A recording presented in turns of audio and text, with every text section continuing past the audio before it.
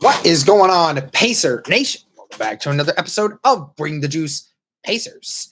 Guys, the Pacers have the sixth spot in the Eastern Conference right now, guys, sitting at a record of 28-23 when this video goes out. They just won, obviously, against their previous opponent in the Charlotte Hornets, finally getting out of that losing slump that they were in. Just wanted to talk about it, guys, and kind of see like what could happen with how Indiana has it going over the next few months here, and kind of see like what kind of thing is breaking down here. Basically, can they hold on to the playoff spot that they have right now? They're currently sitting at sixth. It goes Celtics 1, Bucks 2, Cavaliers 3, Knicks at 4, Sixers at 5th, Pacers at 6th, Magic at 7th, and Heat at the 8th. And the Bulls are sitting there at 9th with a 23-27 record. So they're 4.5 games back behind the Pacers. But let's go ahead and kind of hop into it, guys. This is mainly just an objective piece for me, just kind of looking at it from my perspective of it. Ultimately, whatever happens with the Pacers here mainly will come down to when does Haliburton become a full-time starter again. We know that over the last week and a half, really, Haliburton has been dealing with that injury, and he's trying to come back and take it relatively slow. They've had him on a minute restriction for mainly the last week. He's been hovering around that 20-minute mark sort of thing right now. So, there hasn't been a lot of fluctuation right now for Haliburton. And when Haliburton starts getting those 34, 35 minutes a game, then we'll start seeing what this team can actually become. And I think that from an overall perspective, it will definitely help this Pacers team get back on a winning track. And I think the team has been getting better with Haliburton even in a limited role. I think it will get even better as he gets more of those minutes. How long that will be, not 100% sure right now, but I will say this, guys. So from this perspective, I just saw that the 76ers, Joel Embiid is actually having a surgery. I thought they said it was something in regards to a meniscus. I'm not 100% certain on the injury, although some are saying that it might not be season ending. It just may be a situation where Joel will definitely be missing the next month, could possibly miss 2 months. So, and there's a possibility that Joel Embiid could miss the entirety of the season. Maybe not, but there's a possibility that he could. And so we know that Joel Embiid most likely is going to miss a month or two. So the Sixers are going to be without their MVP caliber player for at least the next month and a half, maybe even 2 months. So what does that do for the Pacers, who are 3.5 games behind the 76ers? Well, if the 76ers start losing some of these games that they have, and the Pacers have this momentum coming in with Tyrese Haliburton, then it opens up a lot of ways for the Pacers to move up into that 5th seed if they just keep winning ball games, right? It would be huge for the Indiana Pacers if the 76ers now went into a deep slide when it comes to overall what this team is doing. I will say this, guys. I am pretty set on probably the top 3 when it comes to this conference. I think the Celtics easily are going to stay number 1. We know the Bucks are right behind them at 2. Cavaliers and Knicks fighting for each other at that 3rd seed, even though the Cavaliers have a slight edge in that regard. But, I mean, that 4th, 5th, and 6th seed is all up for grabs right now. I mean, all of them outside of the top 3 really are up for grabs. So there's a lot of different ways that this can be approached. The Magic are a team that definitely you want to be afraid of. They are on a current 3-game win streak.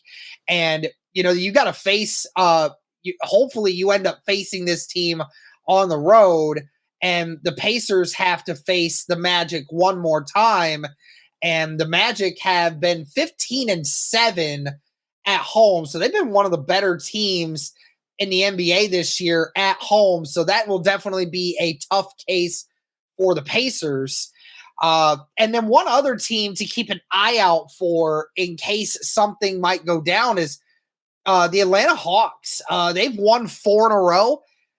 Keep an eye out for the Atlanta Hawks. I'm not saying that they're going to 100% make a move up to number 6, but that could be a shift for, the 8th spot right now, because they're only 3.5 games behind the Miami Heat, who just lost their last game with that 8th seed spot. So the Atlanta Hawks, who are in 10th right now, I mean, they've won a lot of games recently. Don't be surprised if they start picking it up. So, right now, the Pacers, all within the frame of that 6th, 7th, and 8th seed. All those games are decided within a game and a half of each other. So these teams are right on top of each other when it comes to this overall record. Now, what do we look at for the Indiana Pacers moving forward for the remainder of their schedule? I will say the month of February looks very promising for the Indiana Pacers for the rest of the month of February. There's a lot of great opportunities here for Indiana to take over. You look at the next game that we have against the Houston Rockets.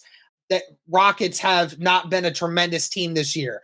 The Warriors, obviously we know with Steph Curry, anything can happen, but they have not been the same Warriors team that we're used to seeing. You get a chance at the Knicks again. That would be a great chance for Indiana to redeem themselves and try to get back at the Knicks for that recent upset that they put on us. And that might end up being one of the harder games that we have for the rest of this month. You got to face the Hornets again. You have a really good shot at that one. The Hornets, one of the worst teams in the league. Same with the Raptors. Then you face the Pistons. So, I mean, outside of this recent homestand that we're going to have here with the Rockets and the Warriors, you're going to be on the road for 3 straight games. You're going to have the Knicks, the Hornets, the Raptors, and then you come home and face the Pistons, who are the worst team in the NBA. So there's 3 games right off the bat that the Pacers should win each of those. They should win each of those, at least 2 out of the 3. You're going to face the Mavericks, and, the Mavericks have not been outstanding this year. Facing the Raptors again and the Pelicans, you're facing the Pelicans twice to end the month and start